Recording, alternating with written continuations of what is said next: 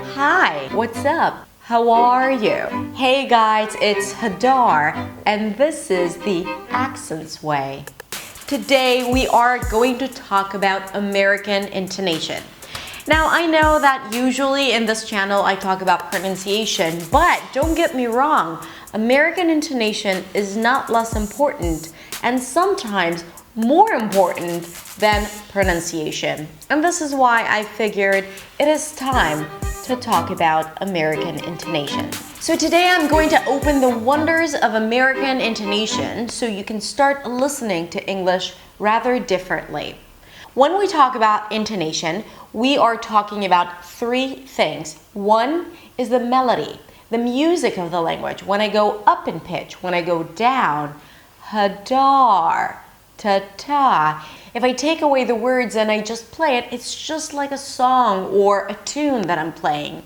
Ta, ta-ta-da, ta-ta-da, ta-ta-da-ta. So when you're listening to English or when you're speaking English, you also want to consider the melody, the notes that you're using.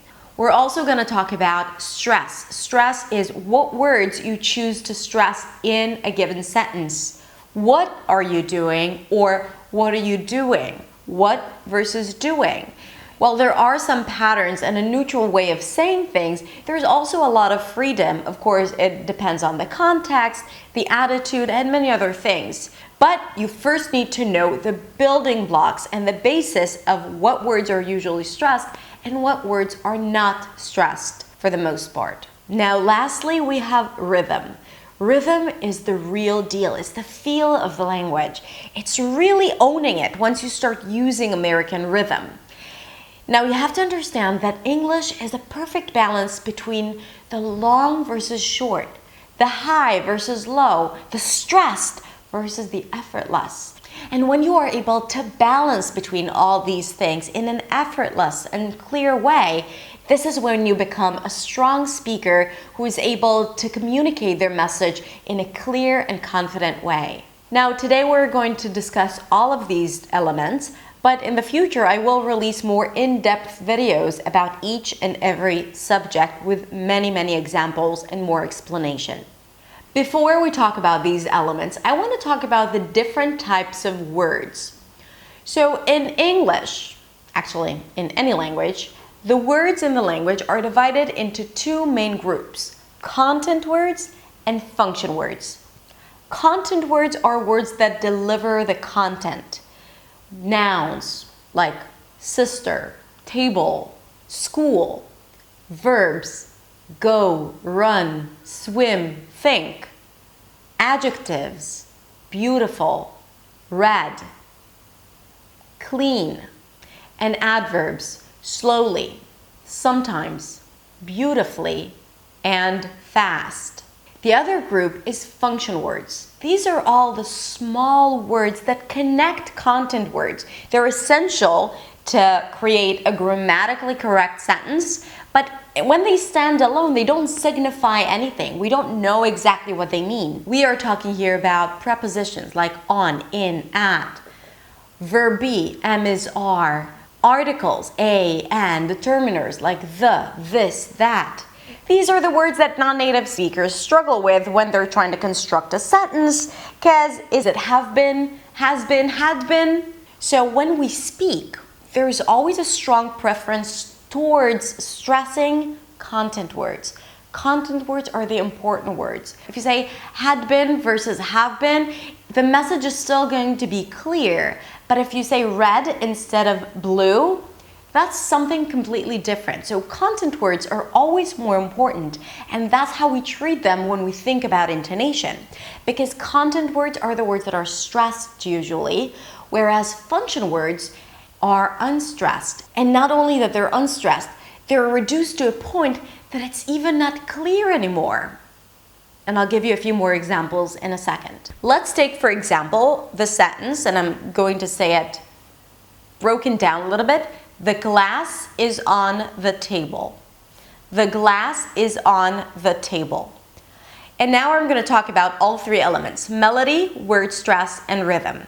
So first of all, stress. We need to decide what are the stressed words in the sentence. So let's first recognize what are the content words. The glass is on the table. We have glass and table, two nouns, and these are the words that I'm going to stress in this sentence.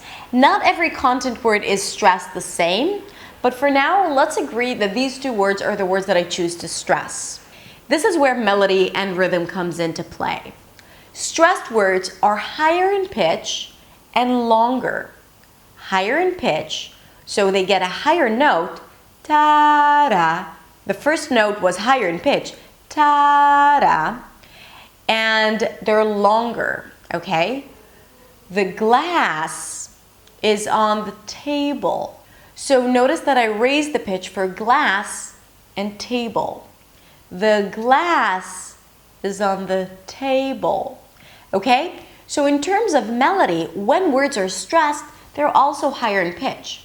Now, one more thing I want to tell you about melody is that every syllable receives a different note in English.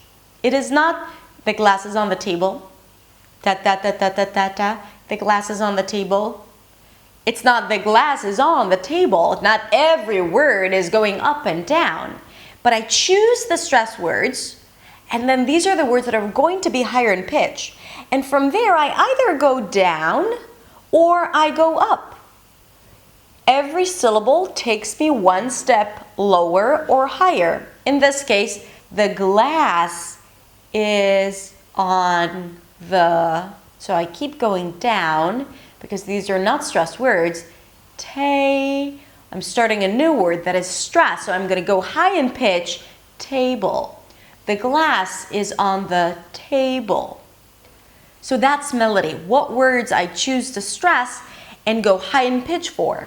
Now, while we choose to shine on the content words, the words that bring the content, in this case glass and table, by going higher in pitch and prolonging them, function words play a smaller role in this show. They are reduced. We kind of want to hide them. We want to reduce them to a point where they don't interfere or they don't compete with content words. So if we're going back to the glass is on the table, function words are the, is, on, and another the. We reduce the vowel in those words to a schwa. A schwa is a really reduced vowel sound. It sounds something like this. To make the sound, we just drop the jaw a little bit, the tongue rests on the bottom of the mouth, the lips are relaxed, and we release sound. So the vowels in the function words reduce to this sound. Therefore, the word the, okay, we don't say the glass, we say the glass. So the vowel there is a schwa sound, the, and we connect it. It feels as if it's one word. The glass is turns into is. On turns into un. And again, we have another the. So it's not is on the, it's zon the. We reduce the vowel and we connect the words together. Zon the. The glass is on the table. The glass on the table. The glass on the table. Now notice what happens. The is merges with the glass. The glass on becomes n. The glass on, the n and th connect. The glass on the. Okay, so we kind of like took these three words and squeezed them into one utterance. Zon the glass on the table. So you get a sentence that is a perfect balance between the high and the low. Glasses on the, between the long and the short. Glasses, right? Glass is long, although it's one syllable, and is really reduced.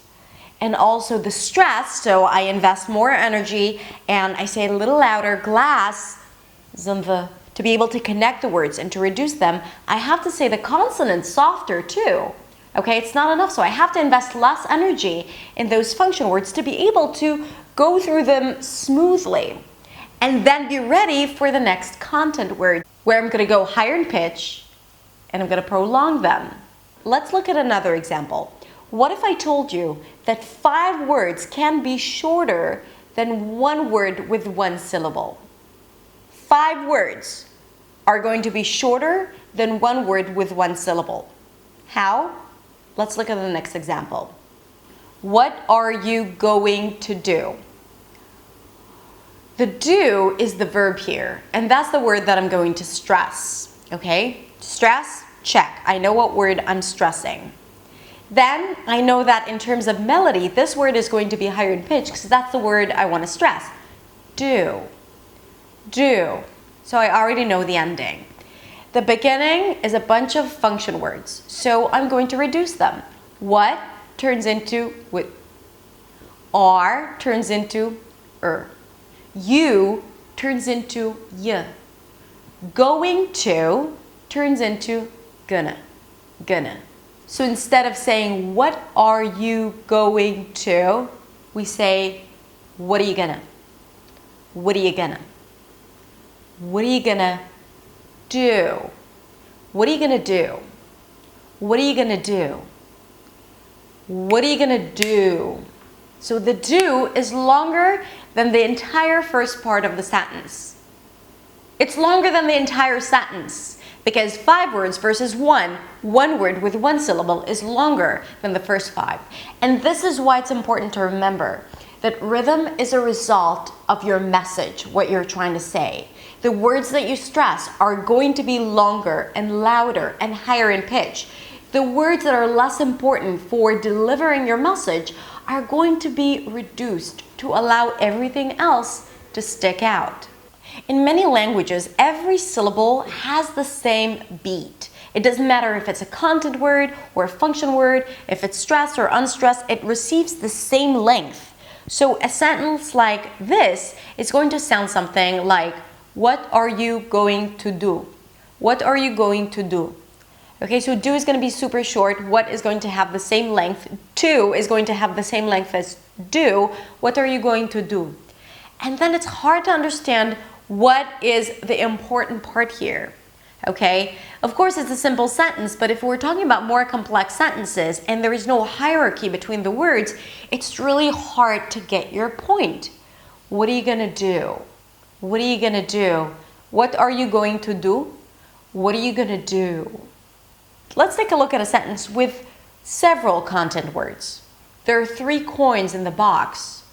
There are 3 coins in the box. Here I chose to stress coins and box, so these words are high in pitch. There are 3 coins in the box.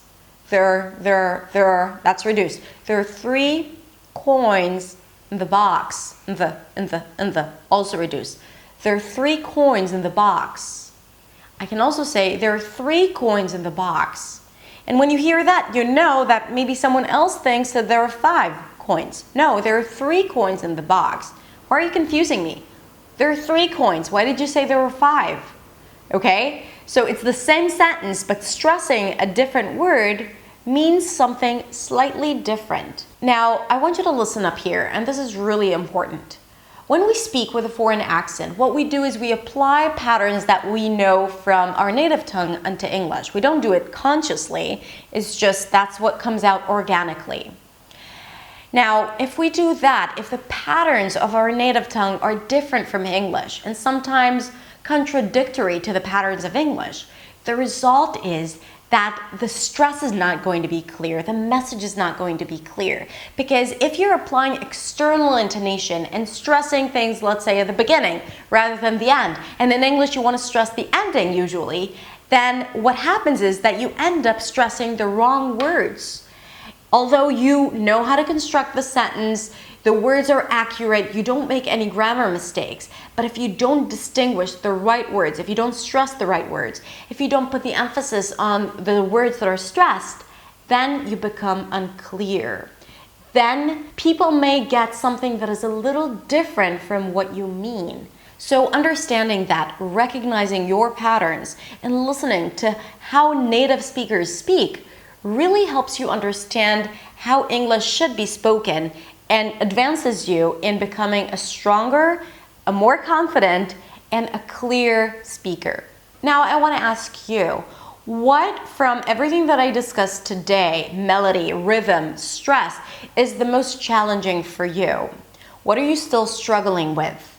Please let me know in the comments below, and don't forget to tell me where you're from and what is your native tongue, and I will do my best to create more content and lessons that will help you resolve all the issues that you're facing. Thank you so much for watching. Please share the video with your friends if you liked it and you think that they may benefit from it. And don't forget to subscribe to my YouTube channel and click on the bell to get notifications so you know when I'm releasing a new video.